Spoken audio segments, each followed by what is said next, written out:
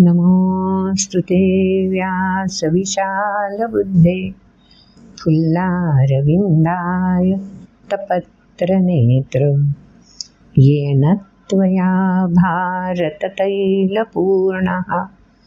प्रज्वालितो ज्ञानमयः प्रदीपः नारायणं नमस्कृत्य नरं चैव नरोत्तमं देवीं सरस्वतीं व्यासं ततो जयमुदीरयेत्। ॐ श्री परमात्मने नमः।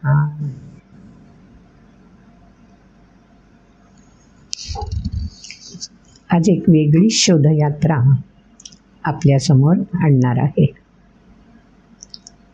वरुणदेवांचे पुत्र भृगु, हे भृगुही तितकेच अभ्यासू आणि ज्ञानी होते।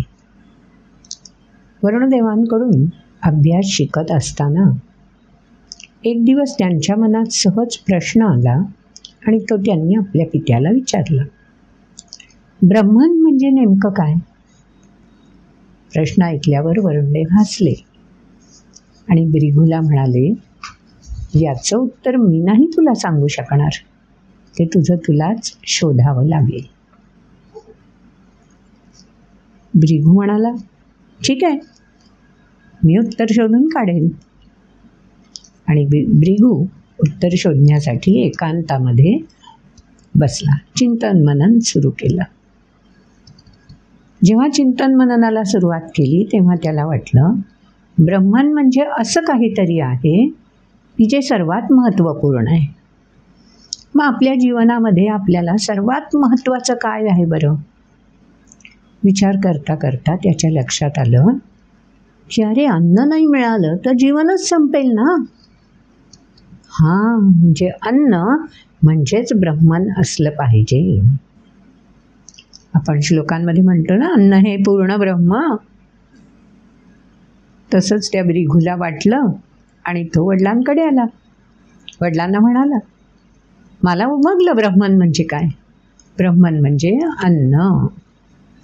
वरुणदेव हसले, नाही म्हणाले, ब्रह्मन म्हणजे अन्न नाही बरं। जरा खट्टू झाला, निराश झाला, पण तरीही उत्तर तर शोधायचंच होतं। परत तपस्येला बसला, अजून विचारचक्र सुरू झालं त्याचं। मग म्हणाला, ठीक आहे, अन्न म्हणजे जर ब्रह्मन नसेल तर अन्नापेक्षा अजून काय गरजेचं आहे, महत्त्वाचं आहे?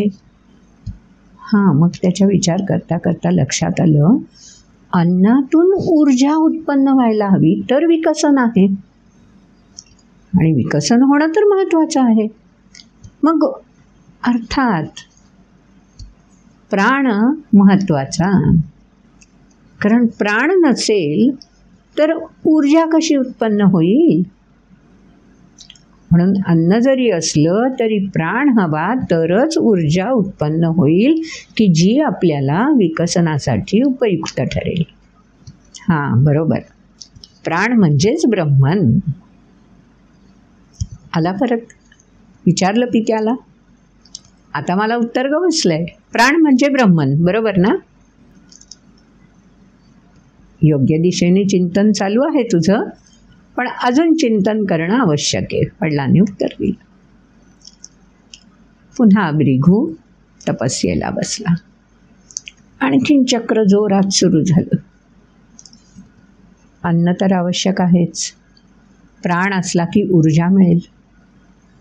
हां, ह्या ऊर्जेचा विनियोग कशासाठी करायचा ते ठरवणारं पण माझ्याजवळ आहे ना काहीतरी, ते ह्या दोन्हीपेक्षा श्रेष्ठ आहे, अर्थात बुद्धी।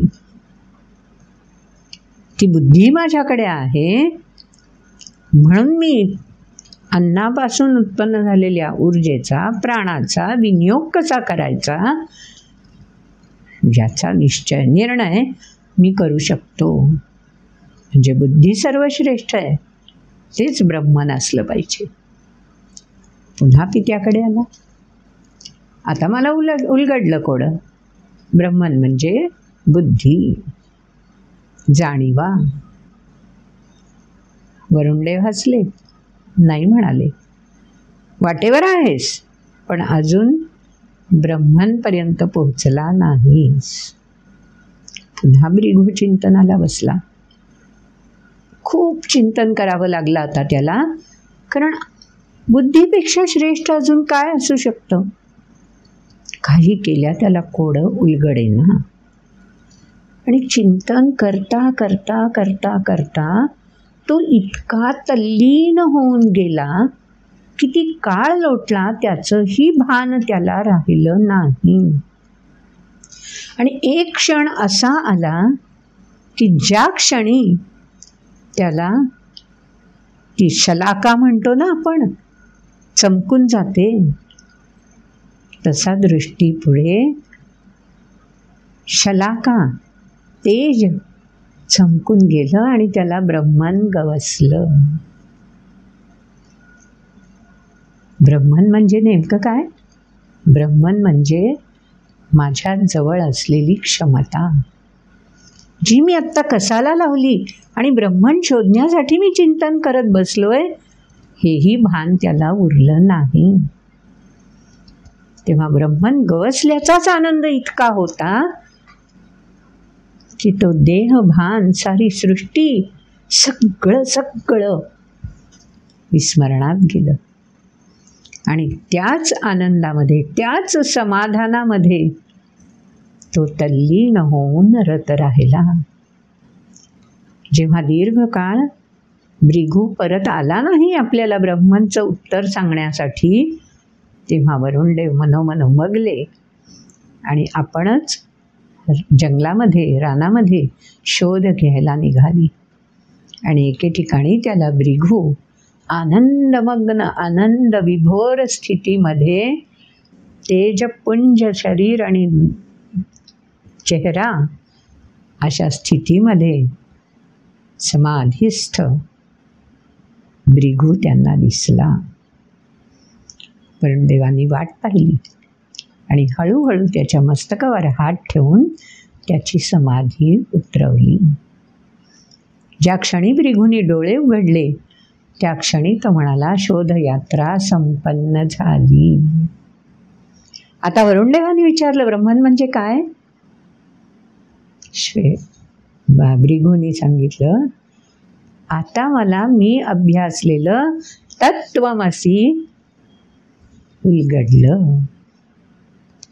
ब्रह्मन म्हणजे मीच, ब्रह्मन म्हणजे माझ्यातली क्षमता, ब्रह्मन म्हणजे माझ्यातलं चैतन्य.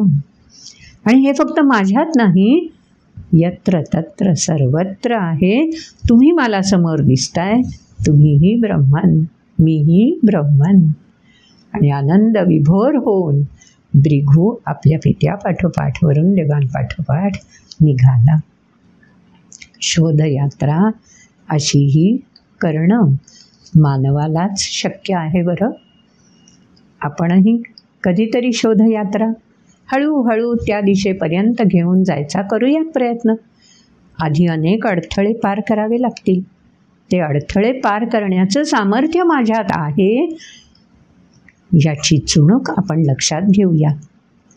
आपल्याला सनातन धर्माची कास करायची असेल, धरायची असेल, तर ह्या सगळ्या येणाऱ्या अडथळ्यांवर मात करण्यासाठी माझ्याच मध्ये ब्रह्मन आहे हे ओळखूया आणि अव्याहत प्रवास समाजाच्या श्रेयासाठी, हितासाठी करत राहायचा संकल्प करूया. भेटूया पुढच्या व्हिडिओमध्ये. नमस्कार.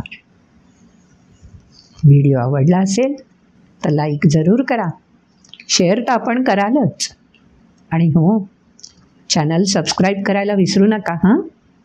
आणि बेल आयकॉन क्लिक केलात की आपल्याला नोटिफिकेशन मिळत राहील. भेटूया पुढच्या व्हिडिओमध्ये. नमस्कार.